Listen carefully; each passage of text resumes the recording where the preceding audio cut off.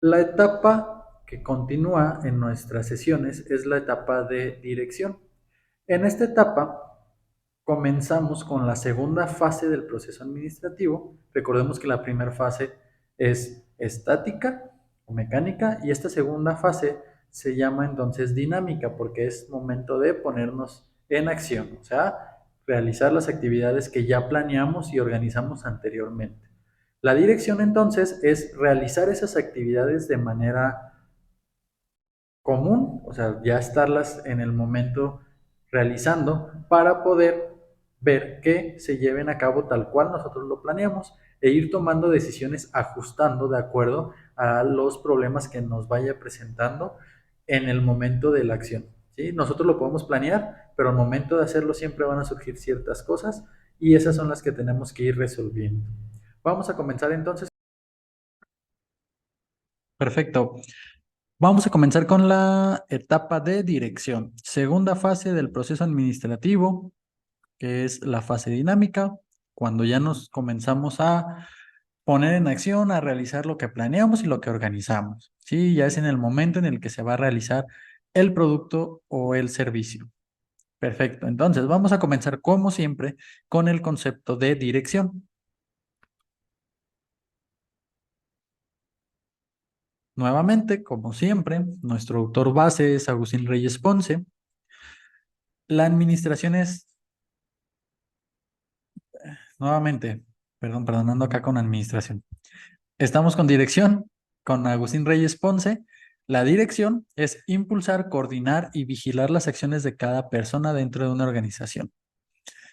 Bien, para no centrarnos solamente en el texto, lo explico.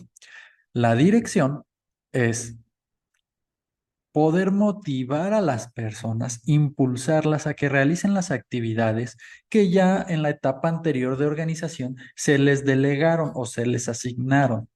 ¿Sí? Entonces, la parte de dirección es eso, de estar al pendiente de que se estén llevando a cabo las actividades que cada quien tiene que cumplir. Recordemos, ahora sí, la cuestión administrativa.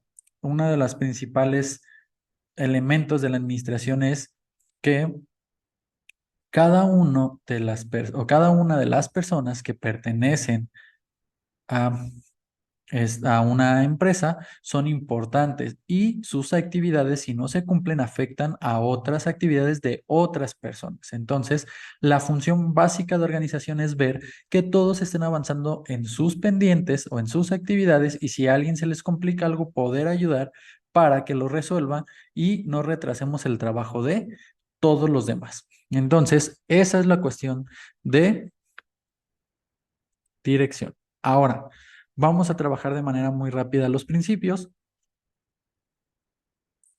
Principio número uno, armonía del objetivo. Igual que siempre, todo tiene que ir en base a lograr el objetivo. Sigo tomando de referencia el ejemplo de aumentar el 10% de ventas en una empresa.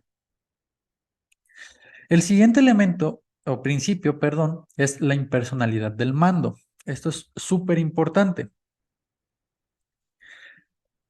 Las órdenes no son o no deben, mejor dicho, no deberían de ser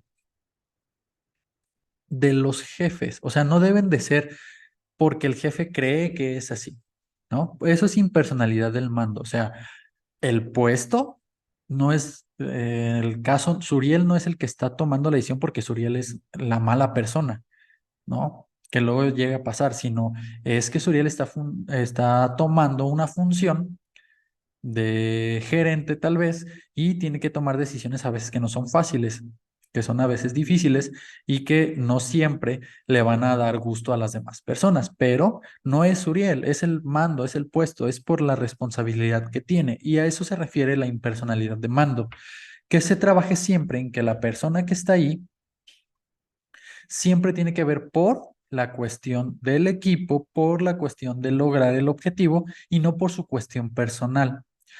También llega a pasar que Suriel es el gerente y solamente porque a una persona le cae mal toma decisiones no basado en el puesto, no basado en el objetivo, sino en su cuestión personal. Entonces, impersonalidad de mando es alguien que tiene una responsabilidad alta tiene que comportarse de manera objetiva y tiene que tomar esas decisiones o esas acciones o ese poder que se le asignó para lograr el objetivo, no para cuestiones personales.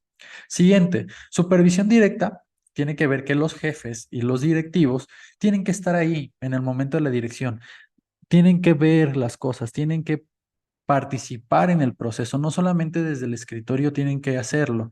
Recordemos que estos principios o estos elementos que nosotros vemos es lo ideal, lo que tendríamos que hacer. Yo sé que en las empresas muchos de los jefes nunca bajan al área de producción, nunca están ahí, no conocen ni siquiera el proceso.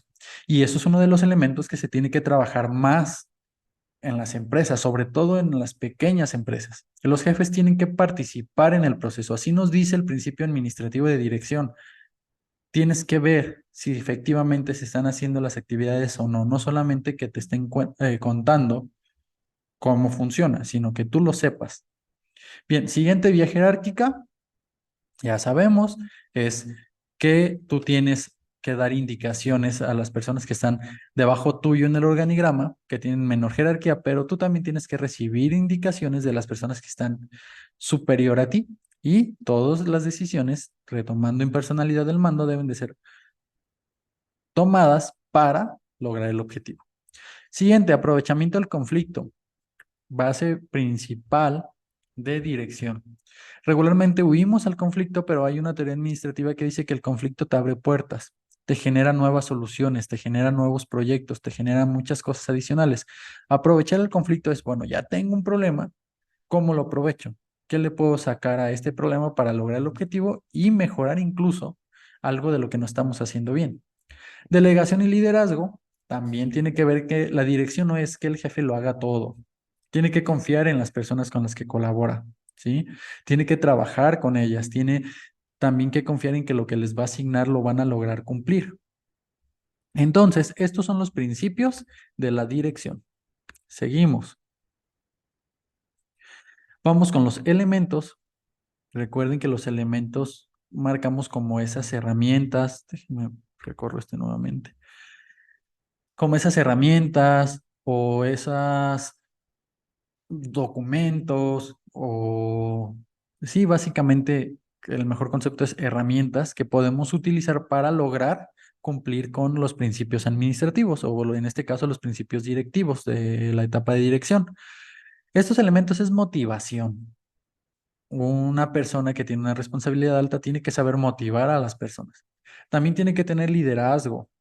¿Sí? Tiene que capacitarse, capacitar a los demás, tiene que haber comunicación, comunicación asertiva. Un jefe, un líder que es muy diferente, tienen que saber decir no, que a veces nos cuesta trabajo, pero también por bien del proyecto se tiene que hacer. La integración y la supervisión, ¿no? O sea, te tienes que integrar, tienes que ser parte, pero también va a haber momentos en los cuales tengas que supervisar nada más. Aquí quiero hacer un paréntesis muy grande y mencionar la diferencia entre un líder y un jefe. Un jefe es el que manda, el que regularmente llega a ser, la motivación llega a ser negativa, llega a ser incluso algo de no puedes, es una persona muy fuerte emocionalmente, pero que no llega a generar confianza con las personas porque solamente manda. Y un líder es aquella persona que manda o dice con el ejemplo, que sabe hablar con las personas, sabe darles a entender por qué sí, por qué no de las decisiones, logra motivar a las personas de manera positiva, logra integrar cuestiones familiares, personales, que también son importantes para las personas. Entonces, esto es un líder. Esa es una gran diferencia. ¿Y por qué hice ese paréntesis? Porque vamos a ver los tipos de liderazgo. El líder coercitivo, que para mí tiene más tintes de jefe, es aquella persona que exige para cumplir las tareas de forma inmediata, que llega a ser un tanto grosero, un tanto fuerte en el momento de decirte las cosas en un tono alto. Ese es un líder coercitivo, que utiliza la motivación del aspecto negativo. O sea, si no lo logras, te descuento. Si no haces esto, no tienes descanso. No sé, algunas cuestiones adicionales, ¿no? Siguiente, el líder visionario o también orientativo son aquellas personas que motivan a los colaboradores a través de su visión. O sea, dicen, nosotros podemos lograr esto y te hacen creer que eres parte de eso, que tú eres importante, porque realmente lo eres, no nada más por hacértelo creer, sino que también lo dice de convicción, cree en ustedes, en las personas, cree en nosotros. Entonces, tiene que ver con eso, ¿no? Te orienta cómo hacer las cosas. El líder afiliativo, que tampoco es tan buena este tipo de liderazgo en cuestión empresarial, porque genera lazos emocionales con los empleados. Los empleados siempre están motivados porque tienen un líder que es amable, que genera un lazo emocional, pero cuando el líder le toca tomar una decisión difícil, las personas se llegan a sentir traicionadas, se llegan no logran identificar los colaboradores la diferencia entre la cuestión emocional y la cuestión de pues, cumplir las metas y cumplir con el trabajo. Entonces, ahí hay un serio conflicto con este tipo de liderazgo. El siguiente, democrático o no lo llamaría yo afiliativo, más bien democrático. El democrático es aquel que no genera un vínculo emocional con las personas, pero las toma en cuenta para las decisiones. Y esto es bien importante. Un líder democrático toma mejores decisiones porque atiende las opiniones de los demás. Supongamos, se va a hacer un nuevo producto y el líder le pregunta a las personas que los fabrican si efectivamente se puede lograr. Porque a lo mejor la idea del jefe o del líder es muy buena, pero no se puede hacer, porque la maquinaria no lo puede cumplir y son conceptos técnicos que a lo mejor él no conoce. A eso se refiere con democrático. Escucha participaciones, incluso llega a haber votaciones sobre las decisiones que se toman. El líder ejemplar busca siempre que las personas sean autónomas, que puedan tomar decisiones en momentos difíciles donde no se encuentre él con el motivo de cumplir el objetivo, ¿sí? Es muy difícil llevar ese tipo de liderazgo, pero pues bueno, existe. Líder de capacitador o coach es aquel líder que te enseña, que es paciente, que busca que aprendas y que al final de cuentas también lo hace con la intención de mejorar el proceso y lograr el objetivo. Bien, entonces, esos son los tipos de liderazgo. Ya termino esta pequeña sesión de dirección, retomando que dirección es la tercera fase del proceso administrativo, pertenece a la etapa dinámica del proceso administrativo y tiene que ver con cómo realizamos la actividad que se planeó, se organizó en el momento, cómo dirigimos, cómo motivamos, cómo resolvemos las problemáticas, cómo nos comunicamos con los demás para lograr que esos objetivos se cumplan.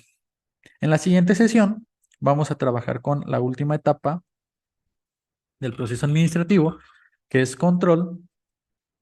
Va a ser una sesión un poco más corta porque la parte de control es algo más sencilla. En la teoría, obviamente, porque en la práctica pues es complicada, ¿verdad? Pero en la parte teórica es un poco más sencillo entender qué es control. Entonces va a ser una sesión un poco más corta que las que hemos trabajado normalmente, pero también es muy importante conocerla porque esa termina en las 4 etapas del proceso administrativo y pues bueno, terminaríamos ya las sesiones de la parte de administración. Perfecto, entonces nos vemos en la siguiente sesión.